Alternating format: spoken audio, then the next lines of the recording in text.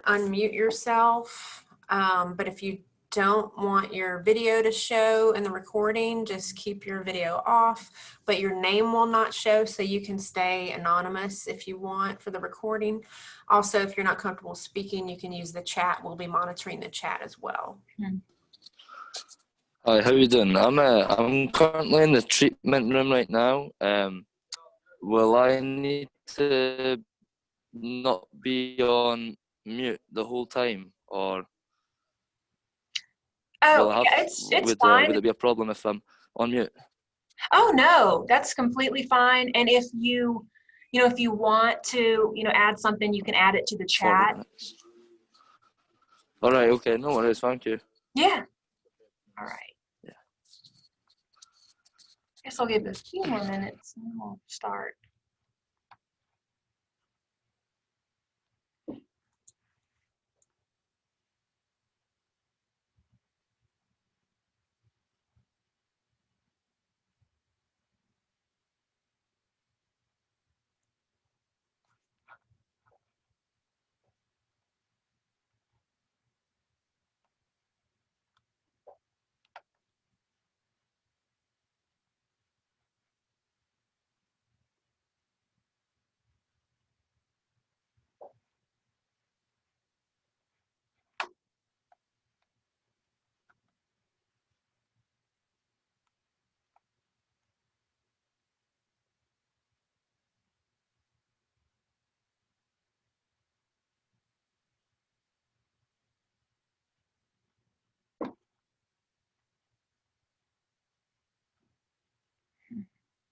I'm gonna check this. Okay, I say we go ahead and get started. It's like 11:03. And then if anybody, pops in, I'll just kind of give them a rundown on what's going on. Let me minimize this. Okay, so this is the Actualize workshop series inspired by Jessica S. Gifford. And so we'll do like a 4-installment type series, and this will kind of break down the first section on preparing, as far as preparing your goals. So we'll get into all that. First, I just want to introduce myself. I'm Kendall Riddell from Counseling Services, and with me today I've got a few awesome people, Angie Pellerin, and then Piper Todd, and then Alyssa Garza, who's our student worker. And so, yeah, they might be chiming in too, with their opinions on some things. So we'll go ahead and move on. All right, so for this workshop series, really, what I have here in this lovely little, I don't know, cool geometric triangle thingy is some alliteration with all the P's. But really, this is all you need for this. You need something to write with. I think ideally it's supposed to be like pen to paper, pencil to paper. I think there's something more therapeutic about that than just typing it in your phone or on a computer. But if that's all you got, that's better than nothing, because it's the process that's really important. Hold on, let me check, see if there's, we got someone coming in. Okay, let me pause a second here.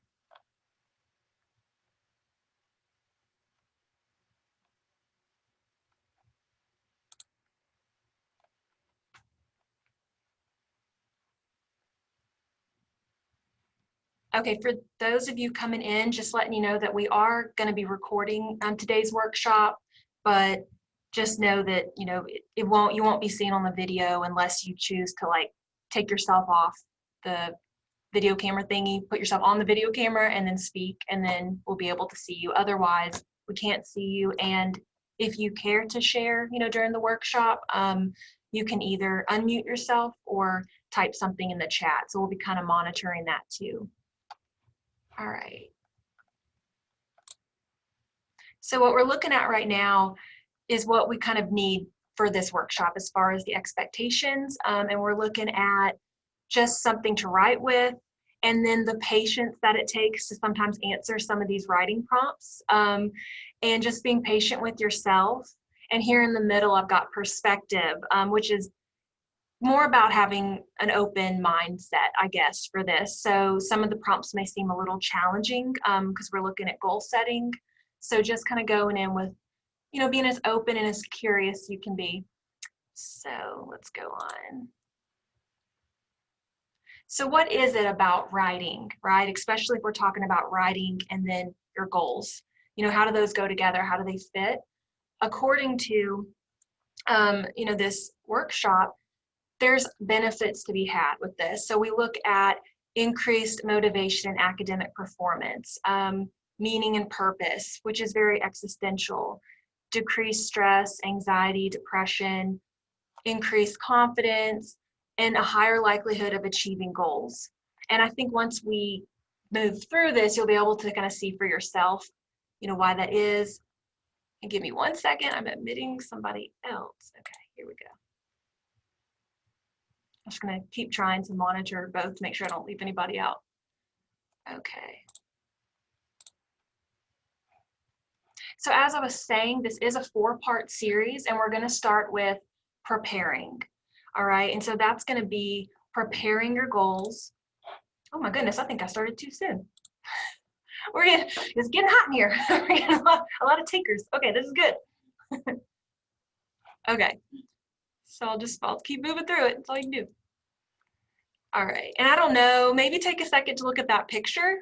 If that's coming through, the journal, the cup of coffee, where is this person? I picked it because it should be kind of a soothing image of what writing can be like.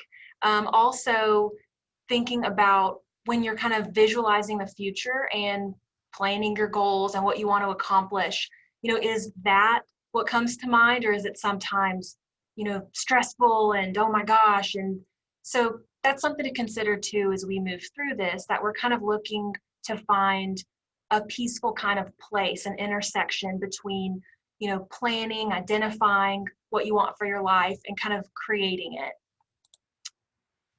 So when we look at step 1 in this series, preparing, what are we preparing for? Essentially, we are clarifying what your goals are. We're setting goals. I put achieving goals, but that's kind of the overall thing. We're not trying to achieve goals in the very first part. This is just allowing you in your life to start identifying, what are your values?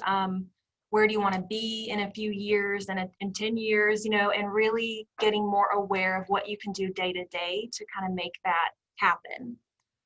Okay, I'm double checking this.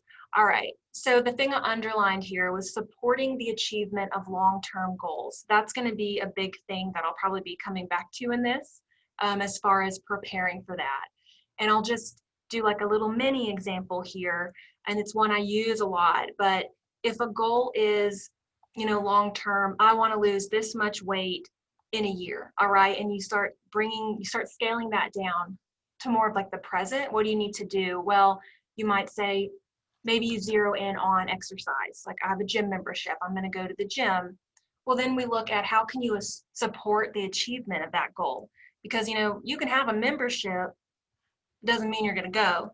So that's really what I want you to kind of think about. How can we support this stuff to where it comes to fruition and there's not all these obstacles in the way? So, and this is something I'll kind of give you a minute to decide if anybody wants to kind of throw something out there, or if you want to put something in the chat. But why are goals hard to achieve? Assuming that some of these goals have been hard for you, or you struggle. Does anybody want to throw that out there? Why it can be difficult to achieve like a weight loss goal or an academic goal?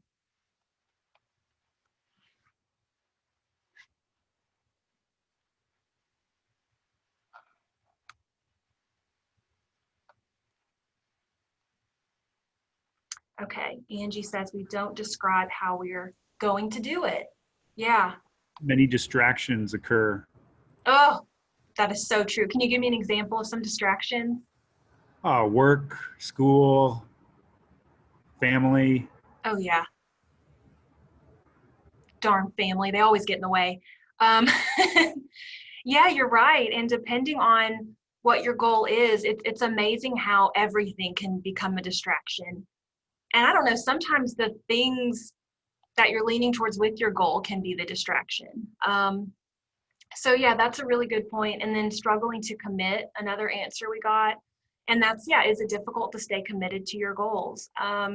I don't know about you, but for me, yeah. You know, you've got the distractions, the obstacles, and you know, we're emotion based. So I don't maybe think about this too, as far as how much are your emotions impacting your day-to-day goal setting? And I'll add too, Yeah. with the emotional part, the reason we are setting that goal, if it's coming from an unhealthy emotional place, like I want to lose weight because I feel ashamed about my body, that can get into a kind of a spiral to where it makes it hard to achieve a goal if you're basing it on shame. Yeah. Well, and that makes me think too, when it's a shame-based goal or fueled by shame or something, and if it's eating in particular, well, then you get the binge eating or you know, there's a collapse of those goals when you get so overwhelmed and stressed. So it can really, I think what happens when it's emotionally driven is that we lose the sense of mindfulness and balance. And that can make it hard to achieve or sustain long term because we're just going with how we feel. You know, I feel bad, so I'm going to eat a whole cake. Sometimes. Well, and also I think we're going to have those setbacks in our goals. Mhm. And if you make it a goal based on a shame place in your life, the setbacks make us feel like we can't change. Like we will never get to that place. That shame is like who we are, it defines us, as opposed to we can't improve, you know? Exactly. Okay, that's great. Now I'm going to expand on that because I'll mess it up. So let's go ahead. So let me kind of explain too, with this workshop series, we're going to do about 2 writing exercises and break it down from like 5 to 10 minutes with a little bit of discussion in between, you know, if some people are willing to kind of pitch in. And so we'll kind of go ahead and start there. So with this first one, picturing your future, you know, before we get into that actual writing prompt, that exercise, you know, I do want to know what y'all think about your future. You might see these little graphics here and stuff, but, you know, I feel blank when I start thinking about my future and my goals. You know, let me know, do any of these, you know, words I listed, you know, resonate at all?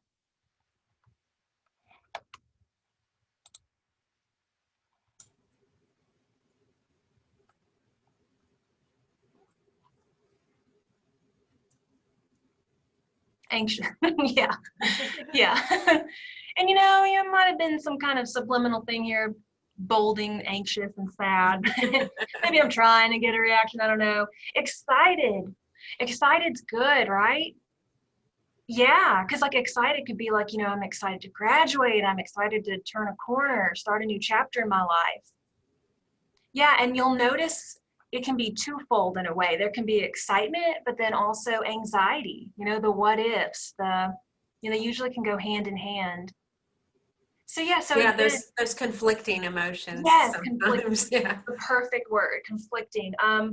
You know, if we look at that a second too, you know, there can also be, you know, sadness with I'm excited that I'm accepting this job opportunity and moving away, but I'm also grieving a little bit, you know, leaving my family behind or leaving behind just, you know, the things I'm used to, the comforts of home and stuff. So you'll notice that there can be very, I don't know, typical kind of conflicting emotions when you're goal setting and when you're looking ahead into the future. So now that we've kind of established that, if I get my clicker back to where it is. Okay. So let's go ahead and start the first exercise. So what I want you to do for the first writing prompt is we're going to start establishing your value system and kind of identifying and prioritizing them. So specifically, what do you want to achieve in 5 to 10 years? No, whoa, that's kind of big, right? But I want you to kind of go there, you know, in your wildest dreams, as grounded in reality as you can make it. I'm not looking for you to be a billionaire on a yacht somewhere, even though if you have a business model you can scale and stuff and watch Shark Tank, I don't know, maybe. But yeah, and really let's look at these 5 different areas and break it down.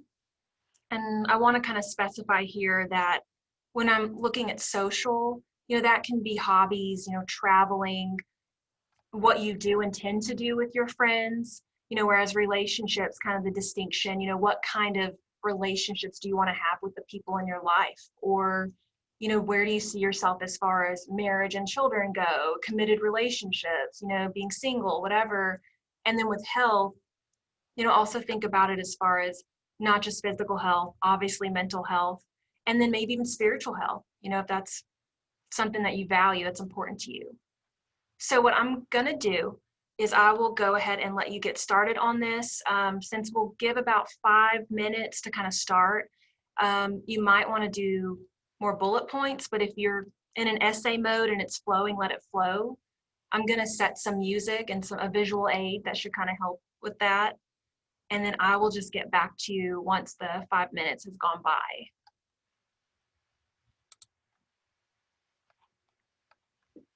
All right, let's see if we can get this to work.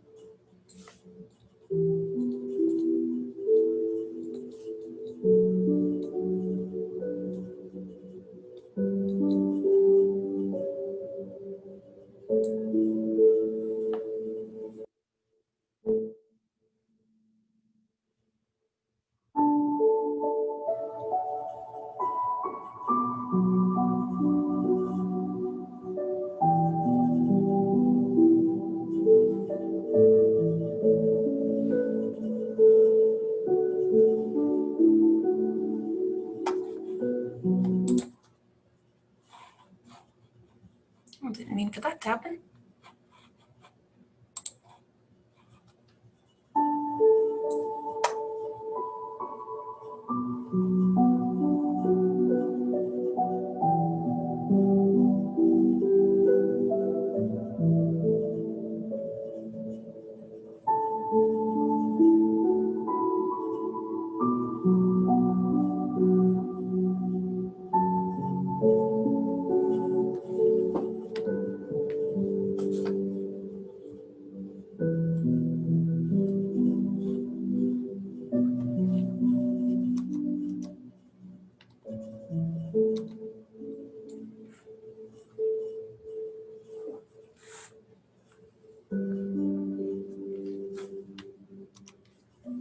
So something I want you to start considering now as you're identifying, these values, these things that are important to you in your life, where you see yourself, where you want to be. I want you to take it a step farther, and I want you to think about, how can you achieve these things in a year? How is that? What do you have to do? What do you have to put in place, for this to come true? If it's graduating, right? It's like, what would have to be accomplished in that year? Probably making sure you go to class, right? Passing with a certain GPA. So go ahead, I'll give you a few more minutes. I want you to start with that, and then I want you to take it from a year to a month. What would you have to do in a month to accomplish some of these? And it might be easiest to pick one or two of the categories, maybe that you're drawn to the most, that you're struggling with, or that you're the most excited or anxious about, and really focus on those, get kind of more specific with it.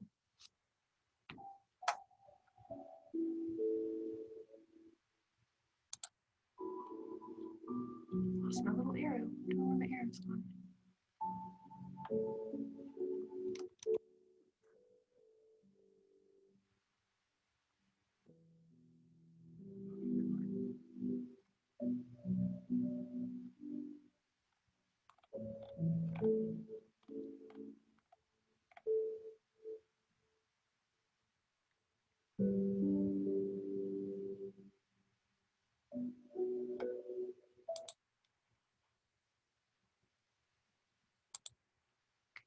Audio issues.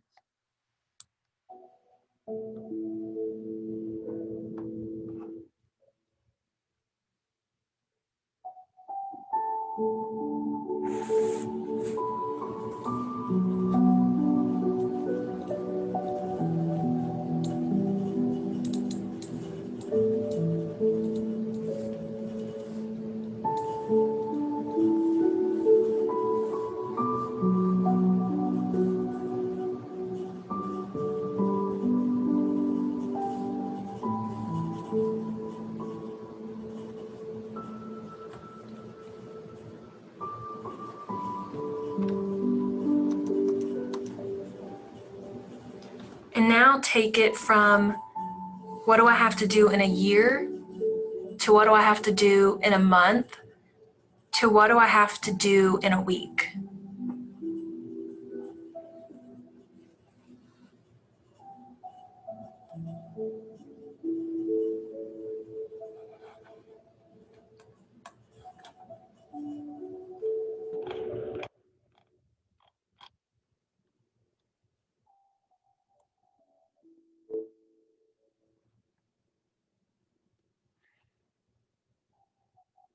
Okay, I'm going to stop this a second.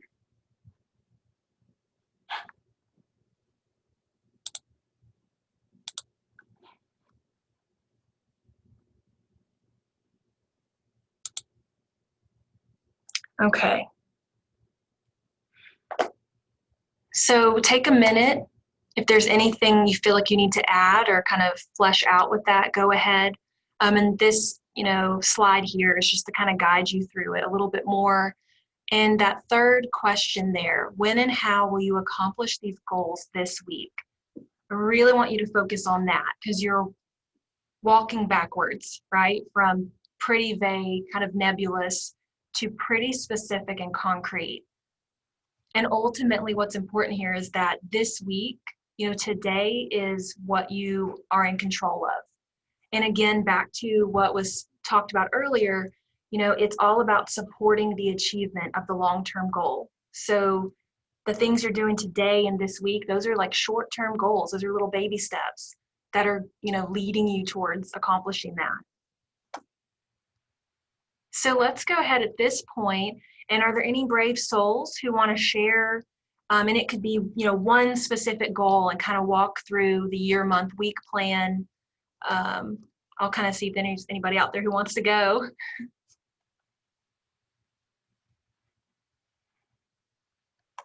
And remember, you can also use chat if you just want to. I'll go just to Yeah, be vulnerable, whatever. I love it. So I have a goal in 5 to 10 years to be able to buy a house. Mm-hmm. So over the next year, I'm thinking I just need to keep saving my money, Mm-hmm. which involves, not eating out as much and things like that. And I already have like 150 going into savings automatically when I get paid. Mm-hmm. So over the next month, I might be able to increase that a little bit, that direct Yeah. deposit part of it. And over the next week, just, keep doing what I'm doing. I think have started this goal, but sometimes it seems impossible when I think of 5, 10 years and how my savings account is not building up like I would. Right. Because emergency things happen, vet bills especially. So I just have to remind myself that this is what I want every week, and every month. And I know that I'm going to have those setbacks of when my dog is older, he has these vet issues sometimes. So it doesn't mean it's an impossible goal to buy a house in 5 to 10 years, but Right. my little path toward it's not going to be perfect. And I just have to remind myself week by week, I really love that you said that. Because just reminding yourself, whether it's, writing a little sticky note, or maybe you cut out a picture of a house, or you just have, a keyword that's on your, notes in your iPhone, like just something that is very much part of when we're obtaining our goals and we're looking at how to do it day to day, in the present, weekly. That's one of them. That's one of the steps. Because I know that when I'm filled with emotion, the goal seems very clear sometimes. Oh, I got to change this. I want to change this in my life right now. But once the emotion passes, or maybe things are, I don't know, things smooth out for a little bit, it's a lot harder sometimes to stay focused on it. So I really love what you said about that. Just kind of reminding yourself through some kind of means that this is what I want in a year, or longer. Okay, so looking at the chat, I'm seeing here, I think my yearly plan is to be a step ahead to achieve my education degree. Yeah. So how were you, you can put this in the chat if you want, or we can just kind of see what else other people think, but what about, how can you break that down to the monthly and the weekly, as far as planning for that?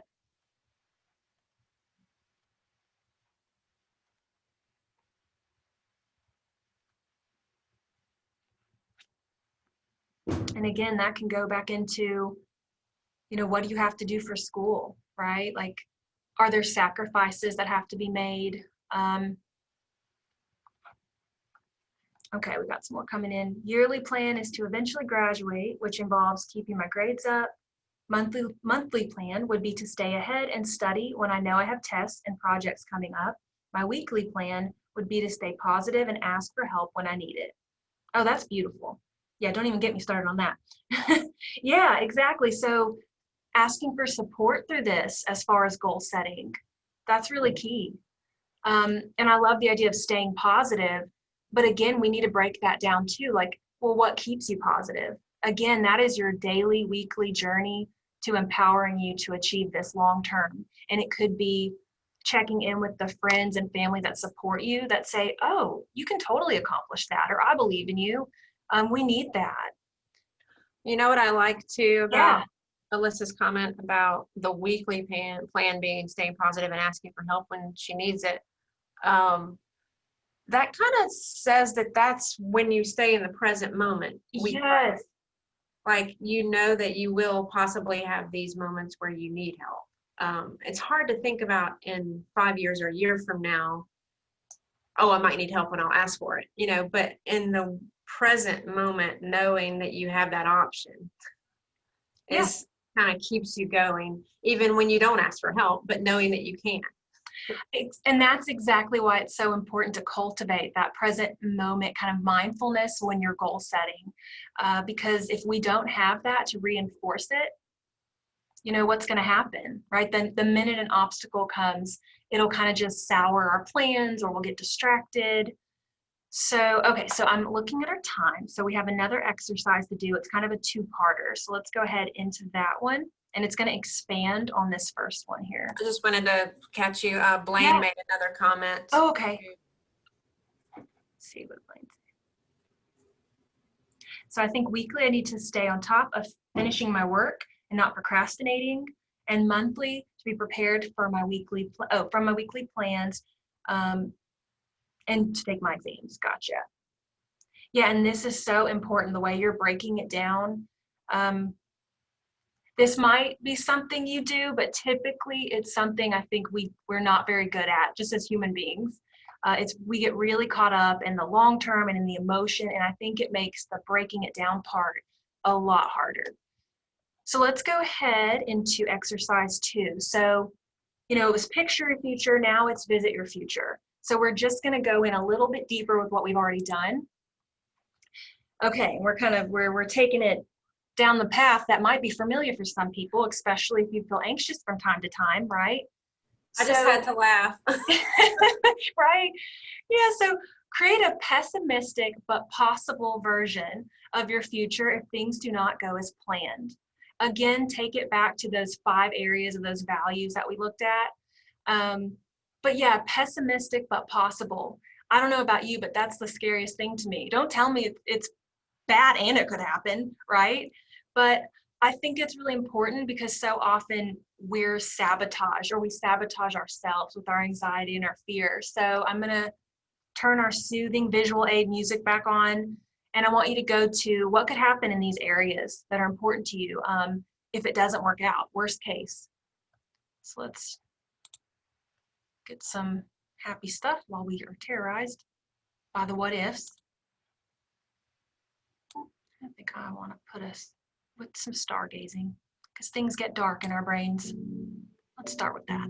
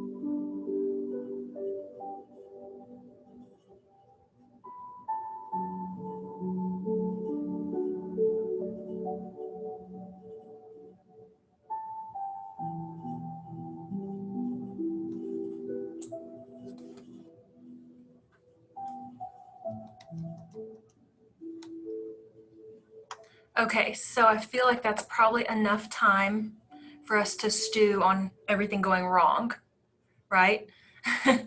So, you know, with this exercise, it's not necessary that we necessarily need to talk about, oh, I could lose my job and everything can go terrible. I really want us to flow right into the next one, which is the opposite. And it will also hit on that original exercise we did. So if you could have it your way, what would your life look like in the future? So this time you're creating an optimistic yet realistic scenario. Again, with, you know, not picturing yourself to be a billionaire on your own island unless you do have a plan to get there, right?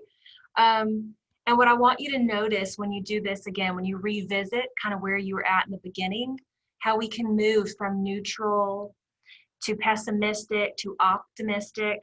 And again, how our emotions and our perspective are directly affecting our goals and our self-efficacy. And our self-efficacy, again, is, you know, do we feel like we have the resources within us to accomplish what we set out to accomplish? So let's take a second and kind of finish up with this exercise. And this one, unlike the first one, you can expand a little bit more, you know, kind of get, maybe do a few paragraphs if the time allows.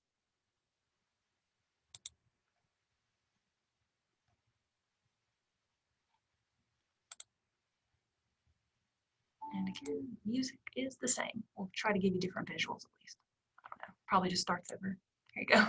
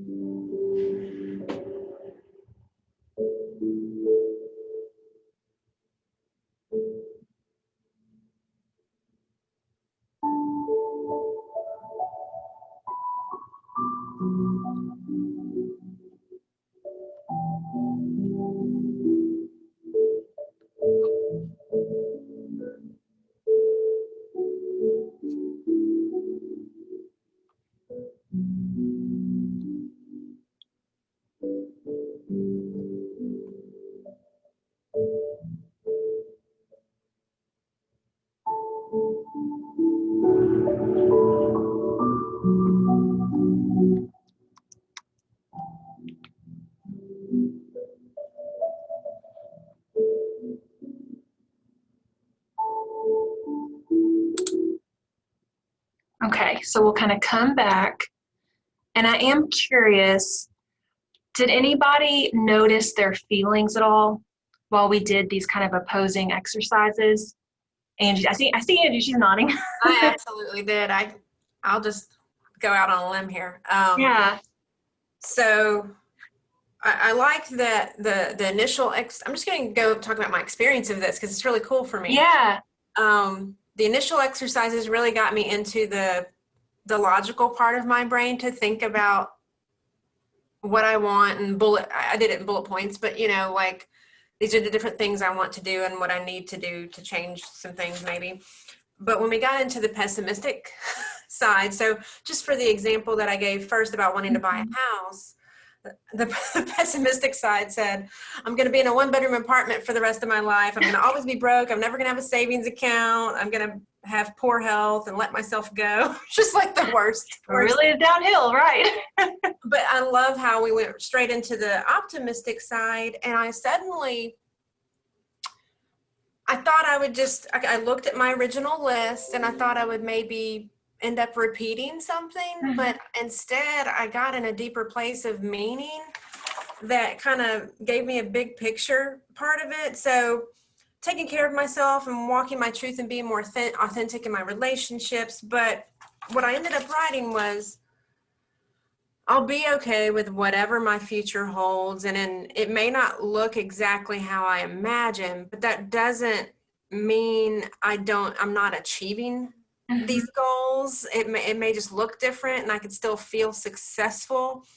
As long as I continue to work hard and be committed to my own growth, I will have this sense of abundance in my life, which is a type of achievement. Oh, wow. It just may not look like how I picture it, Yeah. So that made me feel, as far as emotions go, a lot of resolve and self-compassion and just being okay with letting it come to me with the work that I'm putting in, and whatever it may be. I mean, that's an elusive word, but so I loved how something happens with the logic and the emotions and the negativity and the positivity that really helped me get a clear picture.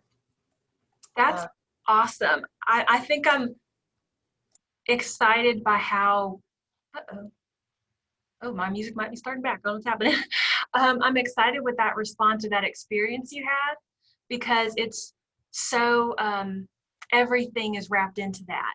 Like you said, it moved from just the logical bullet points to just that, I don't know, that deep spiritual abundance of what you can accomplish and achieve, and really what's within your control. And I think the word that keeps coming to my mind is acceptance. It seems like there's some acceptance within that last exercise for you, kind of like, I'm accepting what I can and can't control.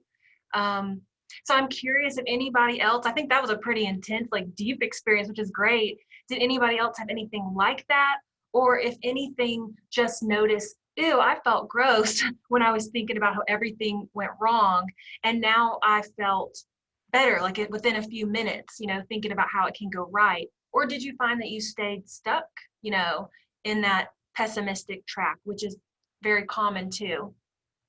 So if you would, just kind of let me know.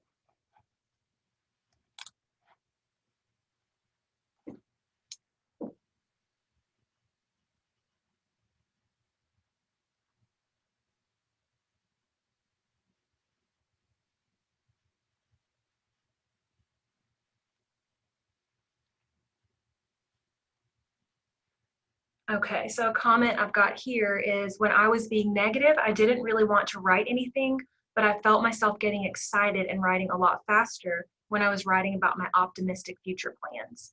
That's an awesome observation. And again, you feel free to keep adding, but this is essentially, one of the main, I guess, foundational principles to take away from this exercise is how your emotions and your perspective, are very much impacting your commitment to supporting your goals. And we're talking about the preparing phase. Again, we're just establishing what we want. That's all we're doing right now. And if we can just collectively kind of agree how daunting that can just be. I'm not saying go out and do it, right? It's just identifying it can be so overwhelming because it comes with highs, it comes with lows. And that's our own stuff we're putting on it. And that's also the messages we're getting, you know, from the people around us, from society. So again, these are great observations of kind of what the experience was like for you. And ideally, what I want you to be considering again is what is within your control. You know, as long as you're, you know, really being honest and authentic with yourself, like this is what I want to do, really, really focusing in on how do I do this. And part of it is staying in touch with your perspective on your goal. So I want to kind of end today with, if I can get my mouse to do what it's supposed Can to. I add just a second? Oh, sure. Yeah. To Alyssa's comment. Yeah. You know, how she didn't want to write anything when we were doing the pessimistic exercise, but then her energy got like, she got way more, Yeah. what's the word I'm looking for? I guess motivated by the contrast between the pessimistic view and the optimistic. Like she didn't want to put all this energy into the worst case scenario, but also thinking just considering what could possibly be the alternative if I don't work toward my goals gave her a lot more energy. And I would hope kind of reset herself a little bit, or kind of reestablish why she's doing what she's doing, and energized the I don't know, her commitment to the course that she's on, I guess. Yeah, I like that. It's crazy how when we get into, you know, when we're just faced with looking at how things can go wrong, you know, we get into that catastrophizing space. And there's something amazing about our flexibility as humans, that if you're just urged in the direction of positivity, if you allow yourself to go there, as long as it's grounded and realistic, I do think you're right. It like replenishes you with energy. Ultimately, that's what I hope. And I think we'll find that most of us are kind of, you know, feeding the what can go wrong, the pessimistic side. Or you might find that some of you, it's not uncommon to kind of swing like a pendulum between, I can have it all, it's amazing, to, oh, I can't do anything. So this, you know, this is really good as far as like, how can you find that middle ground that will actually sustain you through this kind of journey? So to kind of bring it full circle, we want to look at this question here, right? Our kind of final prompt. What can you do to increase the likelihood of creating your best possible future? So I'll give us a few minutes, but I want you to really think, is there anything you haven't already covered? Is there something else you can add to that? You know, what can you do to avoid the pessimistic happening? So I'll play a little music again, and then well, I'll go backwards. Well, I'm trying to end it already. Okay, well, take a second and think about it, to this lovely sunset picture. I don't know how to get my music back, so I'll just give you a minute or two to think about it. Can you go back to the question slide? Because I already forgot what it was. Yeah, I think, okay, my arrow thing is back. No problem. Yeah, nope, there you go, I got it.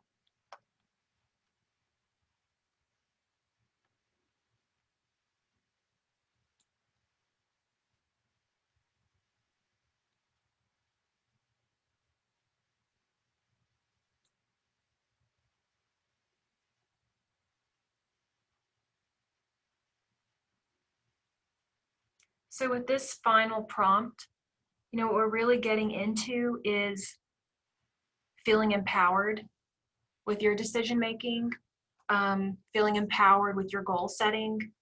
And again, we are, I think, taking power away from the pessimistic, probably unrealistic what ifs, the catastrophizing that happens in our head when we kind of just see everything going wrong. Everything's going wrong. It's just a chain of events and it's, unavoidable, right? So this really shifts the brain back into a little bit more of the logical part. So we're going back to what can you do? What are you in control of? So if anybody'd like to share any final thoughts on that, but yeah, kind of we're bringing it full circle with getting a little bit out of the emotions and back into, your own resourcefulness and self-efficacy.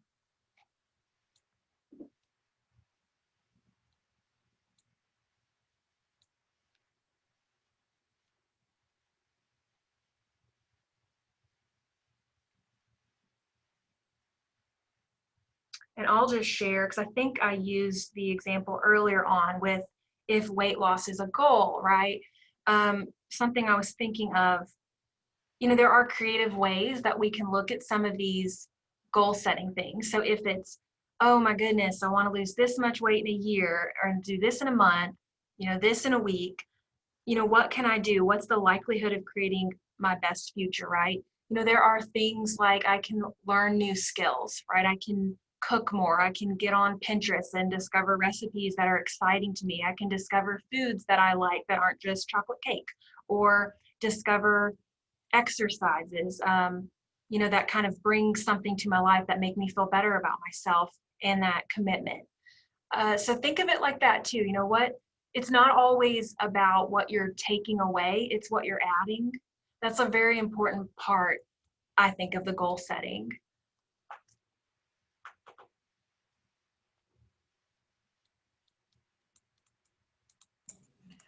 I was thinking to just maintain a realistic perspective. Mm-hmm.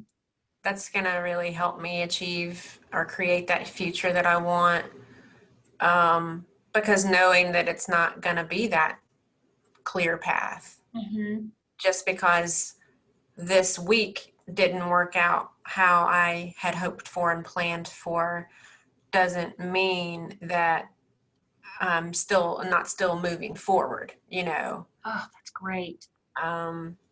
Because realistically, that's just how it's going to be, So I think staying focused on what we want in the future, but staying in the present in order to stay focused on how to get there is important too. Exactly.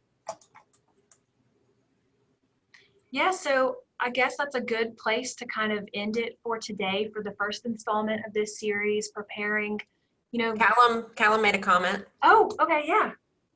Live your best life and with no regrets. Oh, I mean, that is a beautiful goal, right? I feel like that is probably harder to do, than we wish it would be sometimes. And then we got another one coming in. I think for me personally, it would be to continue to have a positive mindset about my goals and prepare myself for challenges I might face down the road. Also adding to what Miss Angie said, staying realistic. Yeah, that's always kind of search for that realistic middle ground with this. And I do, think continue to pay attention to that catastrophizing, the pessimistic. When you're hearing the extreme voices in your head and feeling the extreme emotions, that's usually a sign. And the more you become aware of that, the more you can start taking a breath and pausing and reevaluating. When we don't pause and reevaluate, we're kind of like a ship just taken by the waves out in the middle of the ocean. So consider that going forward. And then really just to kind of transition into the next installment, we'll be looking at starting. So this is just preparing to start, right? And this has already been kind of challenging. So the next one we'll look into more how do you start working on achieving the goals. So that y'all done a great work today. I so appreciate all the feedback and all the involvement. And I think this is a great little quote to kind of help us transition into the next installment. And I hope you'll come back and join us. And, so here we go. So start now, start where you are, start with fear, start with pain, even start with doubt, start with hands shaking, start with voice trembling, just start. All righty. Thank you so much for coming. Thank you very much. I appreciate it. Take care. All right, you too. Thank you. Thank you. Bye.